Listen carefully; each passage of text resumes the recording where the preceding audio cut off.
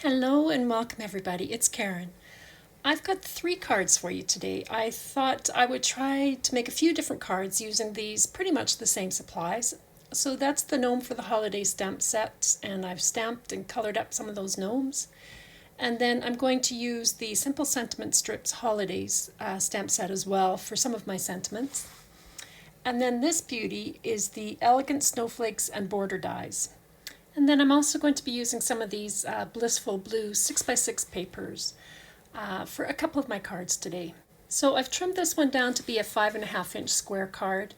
I've die cut the border here, the snowflake border, and I want to add my sentiment right along that curve that you see on the border. So I've put it in my stamp positioner and I'm just shaping the ends of that stamp to curve around that line. So you can see it there, and I just silver heat embossed it. So now I'm just attaching that to my card with glue and adding a few of these snowflakes, and I've popped that gnome up on some foam tape and just added a few pearls, and that was this card. Super quick and simple. So the second card, I've got some more of the snowflakes, and you can see I'm just spreading them around on the front of my A2 sized card here. Now my idea is to have that gnome down in the lower right hand corner, so I'm going to add the snowflakes all over, but I won't need to add them to that right hand corner. So I've got some glue on my glass mat and a sponge, and I find that the easiest way to glue up the backs of the snowflakes. But here you can see I'm positioning a circle die, and I've die cut out that semicircle, and I've also cut a little silver frame which I am now attaching to that semicircle. Now here I've put it onto my card base and I've penciled in where that circle goes because, again, I wanted my sentiment to follow that curve. It seems to be the theme of this video, but I'm just going to put that in my stamp positioner and again just curve and shape that stamp around to kind of follow where that line would go. And I've got the pencil mark so I can keep, closing my stamp positioner and checking on the shaping of it. And so once I had that silver heat embossed, I erased the pencil marks, and I've put my card front on foam, as you can see, foam tape, and I'm just gluing that down to the card base and gluing in that little gnome into that opening. And all I did was add a few clear gems to this one. So another pretty quick and easy card.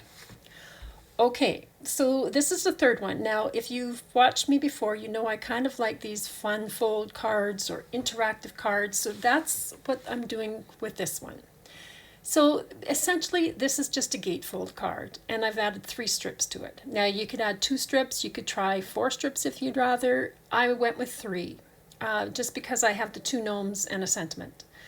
So it's super easy, guys. My card is 5 3/4 inches tall by 11 inches wide, and I'm going to score that at 2 3/4 inches and at 8 1/4 inch. And so this is just a simple gatefold at this point. That's all it is. So I'm going to fold both of those in as you would for a gatefold, so you can see it there. And then I will burnish both of those fold lines. So the only thing that makes this any different from a normal gatefold is I've got 3 pieces of 1 3/4 inch by 5.5 inch wide card, and some of that I got from that extra piece of 8.5 by 11 that I had cut down. So these don't need scoring, but I was just showing you all 3 are the same size, and this is how they're going to go on the card front. They will be evenly spaced across the front of the card. Now I've cut some of this paper down to mat those strips. Now I think I took 1/8 of an inch off on the width and the length of these, but mat them however you like them matted. If you like a bigger white border, then take a bit more off. Okay, so to attach these, I've put the first one on, I've lined it up on the left side edge and a little bit down from the top, as you can see there. And I'm just tacking this in place on the right hand side. Now I am going to glue this on the left, but I find this the easiest way to know where to glue it. So I open it up, and whatever's left there on that tab is what needs to be glued down to cover the left hand side. So I'll just let that set up before I remove that low tack tape. And then I find it easiest to do the bottom one. So I sort of space it as evenly apart as I did with the first one. I'm lining it up with the left-hand edge.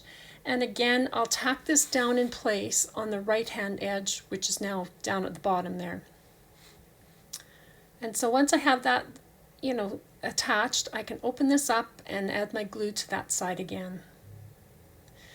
Now, for the middle one, you could have it all coming off on the left-hand side. I just chose to make it on the right, whatever you like, obviously.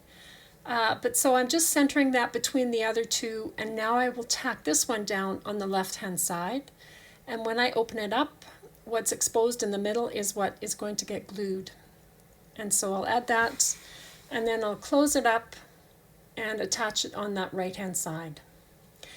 Now, I've cut this Merry Christmas. I've used the Fun with Words die one set, and I had all the letters in that set except the C and the T. So from the word laugh, which is in that set, I took the G and the H. Now, the G, I'm just trimming off that little horizontal piece, and there's my C for Christmas. And then the H becomes the T. So I'm going to take it, and I'm very awkwardly cutting this, I know, sorry guys, but I am just cutting off that bottom horizontal piece there. So I've got it turned on its side, and I'll remove the bottom, and then just that one right hand top piece is a little bit long, so I'm going to trim that off a little bit. And that becomes the T. So I like that one better, so I removed the one I had cut, and I'm putting that one in the middle. So that's how I got Merry Christmas. Now I'm using some Distress Mica Spray Stain in Winter Frost, and I'm just spritzing that on right over those letters, and then I set that aside to dry. And while it was drying, I got my snowflakes, and this is some Stickles glue that is really old. As you can see, there's hardly any left, and it's going to just dry up in my bottle. So I've squeezed some out on my glass mat, and I'm just using a spatula to apply that over top of the snowflakes, just to give them a little bit of shine. And I set those aside to dry. And so now my letters were dry, and I've put them on a sticky mat, and I've lined them up on that bottom black line there, and I just wanted to make sure they fit across the width of my card. And so I was in luck, and so I've got a little piece of Glad Press and Seal that I'm putting on top of those letters, and then I can remove them all in one go.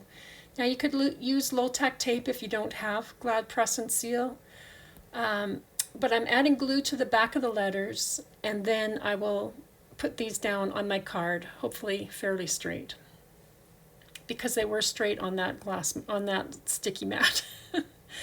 So just putting those down, and then I did give these a minute or two to set up, and then I removed the release paper or the press and seal. And so all that was left now was to glue on my images and a few of those snowflakes, and this could be the finished card. It could totally be the whole card, but I wanted more, so I just have to make it harder. I've still got this one little gnome, and I thought it would be really fun to put him on a pop-up box in the corner. So I've got a little strip of scrap cardstock that is a 1/2 inch wide by about 4 inches long, and I chose that 1/2 inch width and the length because that width of that gnome is just over 1 inch, and so it's 4 inches, so that will divide into 4 evenly. So I am folding this in half. I was making a bunch of these, and I got sick of scoring them. But you could score these each at 1 inch, but I'm just folding it in half and folding it in half again, and that gives me 4 even little tabs. And then I'm going to fold them all in the same direction, and they will make a nice little square when it's all glued together. So you can see that there. So you could just put that in your scoreboard and score every inch if you'd rather. But I'm going to put some glue on the very first tab here, and I'm going to put this down in the corner where that fold line is. Now you want it to butt right up against that fold line, but I did want this to come in just under that gnome's nose there. So I'm sort of eyeballing where I'm going to put this. and I'm pressing it right up into that fold line, and I want to make sure that I haven't crossed that line, so if I fold my card up it should still fold nice and easily. And then I'll fold it in half again and put glue on that very last tab there, just at the end there. And then I will hold that down so it's nice and flat, and just close the card and it will pick it up where it needs to be picked up. And then I just let that set up for a minute or so. And there you have your little pop-up mechanism. And so now I can glue this gnome right down onto that. Now I didn't really account for the lights when I did this, so you'll see I have to take a bit of glue out from the left there because otherwise it was just going to be exposed, so that's all I'm doing there. And then he just attaches just under his beard. He's not a big guy or anything, and he's pretty protected inside that card, so that's all that's holding him in place. And then I'm just adding a snowflake, and you can see I've added one of those simple sentiment strips, holiday stamps. So that's the inside of the card. Now you can see that square mechanism there. When the card closes, he folds nice and flat. So there's no extra bulk there at all. But it's kind of fun to open the card and have him pop out at you. Thanks for stopping by, everybody. I hope you're having a great day, and I hope I've given you some ideas on how to use those really cute gnomes.